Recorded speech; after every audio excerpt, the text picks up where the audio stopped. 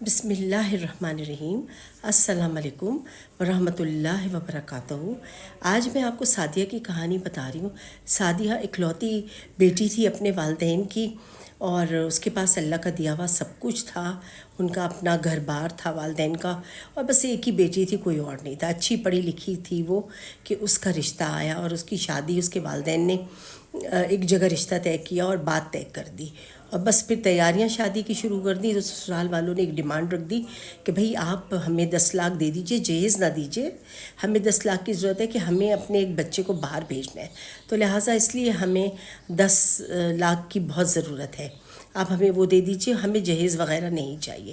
اچھا، اس بات پہ اس کے والدین نے سوچا اور پھر کہا کہ ہمیں کیا، ہم جہیز نہیں دیتے تو یہ دے دیتے، اور جو کچھ ہمارے پاس ہے ہماری بیٹی کا ہی ہے، ہمیں کیا کرنا ہے۔ تو انہوں نے کہا ٹھیک ہے۔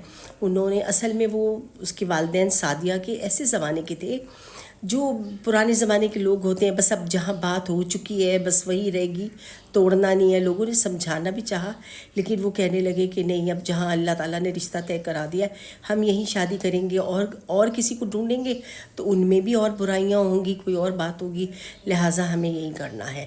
تو انہوں نے بسم اللہ کر کے یہیں پر ہی رشتہ کر دیا، اور یہ ان سے حامی بھر لی پھر 10 لاکھ کی۔ اب شادی کا وقت آیا، شادی ہو گئی۔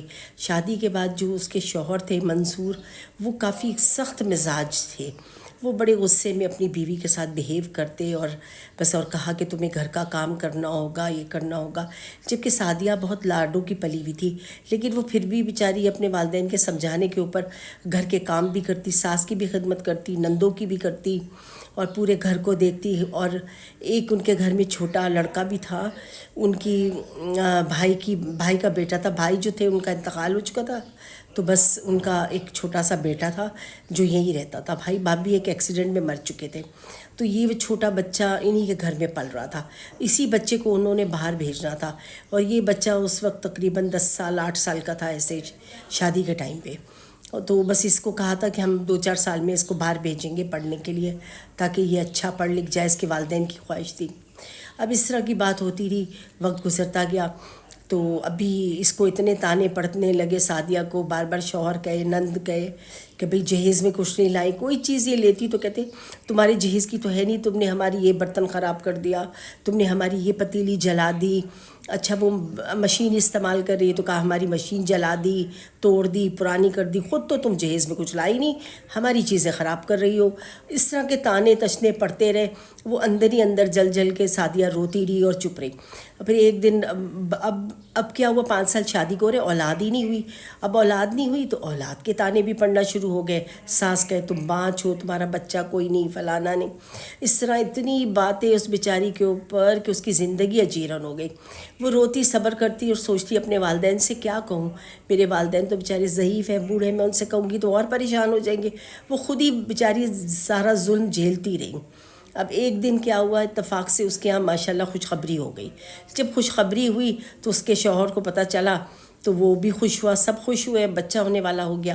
چلو بھی اب شوہر کہہ رہا ہے کہ بھی دیکھو، اگر تمہاری یہاں بیٹی ہو تو میرے پاس واپس مت آنا، بیٹی ہو تو اپنی ماں کے گھر چلی جانا، میں نہیں رکھوں گا، ہمارے گھر بیٹیاں نہیں پسند کرتے، ہم بیٹی والی کو نہیں رکھتے، خواہ سب سے تانے سنوں کہ پہلی بیٹی ہو گئی تمہاری یہاں، پہلی بیٹی ہو گئی۔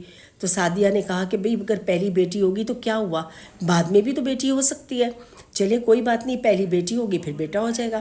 مگر وہ کہے نہیں، مجھے پہلا بیٹا ہی چاہیے۔ اب اس کے اوپر لڑائی لڑ لی، اور جب اس کو تکلیف ہوئی تو اس کو لے کے بھی نہیں گیا، بچہ پیدا ہونے کا ٹائم آیا، اس کو ہسپتال بھی نہیں لے کے گیا، نہ کچھ کیا۔ ساس نے، نند نے اور انہوں نے سب نے یہ فیصلہ کیا کہ بھئی بیٹا ہو تو ہمارے گھر آنا، ورنہ مت آنا، ورنہ اپنی ماں کے یہاں وہیں سے چلے جانا۔ اب یہ بیچاری تکلیف میں اٹھی، روتی دھوتی رکشہ کر کے ہسپتال پہنچ گئی۔ اس نے اپنی ماں کو بھی نہ بلایا، سعدیہ نے خود ہی بچے کو ڈیلیور کیا ہسپتال میں، ڈاکٹر کو جا کے بتا دیا۔ اب یہ روئے جائے، اور سسٹر پوچھے کیا مسئلہ ہو گیا، آپ اتنا رو کیوں رہی ہیں، اللہ نے آپ کو اتنی پیاری چاند سی بیٹی دے دی، اب کیوں خوش نہیں ہو رہی، دیکھے تو کتنی پیاری ہے یہ وہ۔ تو وہ کہنے لگی اتنے میں ڈاکٹر بھی آ گئی ان کی، اور ڈاکٹر بہت اچھی اور کائنڈ لیڈی تھی، تو اس نے بھی کہانی سنی کہ بھی رونے کی وجہ کیا ہے. رونے کی وجہ یہ کہ پہلی بیٹی ہو گئی ہے، تو شوہر نے کہا کہ تم میرے پاس واپس نہ آنا، تم اپنی ماں کے گھر چلی جانا. تو یہ چیز مجھے بہت چبھ رہی ہے. تو میں کیا کروں، میں اگر جاتی ہوں تو وہ مجھے نہیں رکھیں گے، والدین کے پاس جاتی ہوں تو والدین دکھی ہو جائیں گے، اس طرح میرا گھر خراب ہو جائے گا. بچی دنیا میں آئی نہیں کہ اس کو باپ کا سایہ چھن گیا، اور اس طرح اس شوہر نے بولا تھا بعد میں طلاق بھی بھجوا دوں گا تمہیں. مطلب اس طرح کی بات اس نے بتائی. تو ڈاکٹر بہت رحم دل تھی، اس کو بہت اچھا لگا. اس نے کہا کہ اچھا اتنی بات ہوئی ہے، مجھے ساری کہانی بتاؤ. اور پھر کہا کہ اچھا تمہارا شوہر کام کہاں کرتا ہے؟ اس نے بتایا میرا شوہر اس فرم میں کام کرتا ہے، یہاں پر یہ وہ سارا اس کا پتہ دے دیا. وہ کہنے لگی اچھا ٹھیک ہے. وہ شام کو ہی اپنے شوہر کو لے کے اس فرم میں چلی گئی، اور وہاں کے باس سے جا کے ملاقات کی، اور باس کو بتایا کہ یہ شخص یہاں پر اس طرح کا رہتا ہے اور یہ کرتا ہے، آپ نے ہماری مدد کرنی ہوگی کہ اس بچی کو بیٹی کی بنا پہ گھر نہیں لایا جا رہا، تو آپ پلیز میرا ساتھ دیں. ڈاکٹر نے کہا اس کے باس سے، منصور کے، کہ بھئی آپ میرا ساتھ دیں اور کوئی نہ کوئی ترکیب نکالیں کہ یہ اپنی بیوی کو اپنے گھر پر بلا لے واپس. تو وہ باس کہنے لگا ٹھیک ہے، وہ میرے روب میں بہت ہے، میں اس کو کال کرتا ہوں اور کوئی طریقہ نکال لیتا ہوں. ڈاکٹر کے سمجھانے بجھنے پہ اس نے فوراً کال کی اپنے اس کو، اور کہنے لگا کہ بھئی باس نے کال کی منصور کو اور کہا کہ بھئی میں یہاں اسپتال میں ہوں، بہت بہت مبارک ہوں، میں یہاں آیا ہوا تھا، سنا ہے آپ کے یہاں بیٹی ہوئی ہے، بھئی ماشاءاللہ بڑی پیاری ہے، میں تو مل کے آیا ہوں، تم کہاں ہو، تم کب تک آؤ گے، اور بھئی ہمیں مٹھائی کھلاؤ. اور یہ وہ انہوں نے اس طرح باس نے بات کی کہ وہ ڈر گیا، وہ لرزنے لگا کہ باس اور مجھے پوچھ رہے ہیں، ارے بھئی یہ تو بات ہی نہیں کرتے تھے، میری شاید کام اچھا لگ رہا ہے اس لیے میری طرفداری کر رہے ہیں میرا. وہ تو ایک دم ڈر گیا، سوچنے لگا کیا کروں. کہنے لگا جی باس میں شام میں آؤں گا، آپ شام میں آ جائیے گا، شام میں آپ کو مٹھائی بھی کھلاتا ہوں. اب یہ بوجھتا بجھاتا شام کو بیوی کے پاس پہنچا، لیکن باس نہیں آئے ہوئے تھے. باس نے اس کو شام کو فون کیا اور بولا کہ میں 1-2 دن میں تمہارے گھر آ کے اپنی بیگم کے ساتھ دیکھوں گا بچی کو، ایسے مجھے اچھا نہیں لگ رہا. بیگم کے ساتھ دیکھیں گے اور امی کو بھی، تمہاری والدہ کو بھی مبارکباد دیں گے. بس پھر کیا تھا، پھر تو منصور سوچ میں پڑ گیا کہ اب بیوی کو کیا کروں، لے کے ہی جانا پڑے گا. اب وہ شرمندہ بیوی کے سامنے تھا، لیکن پھر بھی اس کی اکڑ نہیں گئی تھی. اب وہ بیوی کو لے کے گھر پر پہنچ گیا. تو اتنے میں پھر منصور صاحب کا فون آ گیا ایک دن کے بعد کہ بھائی میں آ رہا ہوں. منصور صاحب ان کے گھر پہ پہنچ گئے اور بہت ملے اور اچھی طرح، اور تحفے وغیرہ بچی کے لیے لے کے آئے، اور کہنے لگے بھائی ہم آتے جاتے رہیں گے، یہ تو بڑی پیاری بچی ہے اور مجھے بیٹیاں اتنی پسند ہیں، میرا تو دل اس بچی سے لگ رہا ہے. تو مطلب اس طرح کی بات انہوں نے کی تو وہ خوش ہو گئیں، اور بس یہ اس طرح کر کے اس کا گھر بچ گیا. گھر ان ساری چیزوں سے بچ گیا، اللہ تعالیٰ نے اس کا گھر بچا لیا. دیکھتے ہی دیکھتے بچی ماشاءاللہ بڑی ہونے لگی، اور جو وہ بچہ تھا 10 سال کا شادی کے ٹائم پہ، وہ طاہر اس کا نام تھا، دیکھتے ہی دیکھتے وہ بھی بڑا ہو گیا ایک دم جوان، اور دونوں جوان ہو گئے بڑے بڑے. لیکن منصور کی عادت نہ بدلی، وہ اسی طرح اپنی بیوی پہ سختی کرتا رہا، مار پیٹ بھی کرتا رہا، اور عجیب وقت اس بیچاری کا روتے دھوتے گزرتا رہا. خیر اسی طرح زندگی گزرتی گئی، ایک ایک کر کے اس کے والدین کا انتقال ہو گیا سعدیہ کے. اور جو گھر تھا، اب اس کے شوہر نے کہا کہ وہ گھر لے لو اور ہم اس گھر کو بیچ کے پیسہ لے لیتے ہیں وہاں سے. تو جب وہ وہاں پر گئے تو پتہ چلا کہ وہ لوگ تو گھر بیچ کے انہوں نے وہ 10 لاکھ اس کو دیے تھے اس وقت جو انہوں نے مانگے تھے شادی کے ٹائم پہ. تو گھر تو وہ بیچارے اپنا بیچ چکے تھے.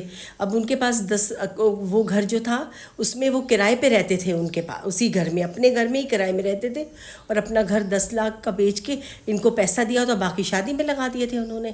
اب ان کے پاس پیسہ تو تھا نہیں، اس کے اوپر بھی اس کو سعدیہ کو خوب ڈانٹ مار پڑی، عجیب شوہر حرکتیں کرتا تھا اس کے ساتھ.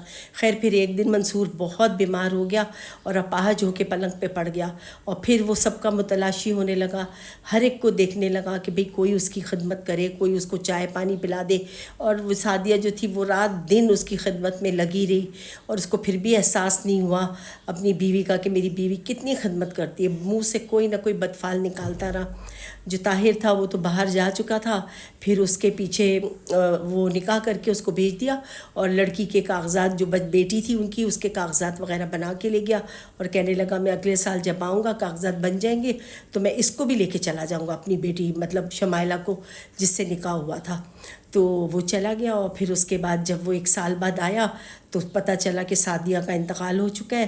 تو بیٹی خالی باپ کی خدمت کرتی ہے، اور باپ کی خدمت کر کر کے وہ بھی بس چپ رہتی تھی. لیکن پھر وہ تو رکا نہیں، وہ اپنی لے کے چلا گیا، والد کو اکیلا چھوڑ دیا.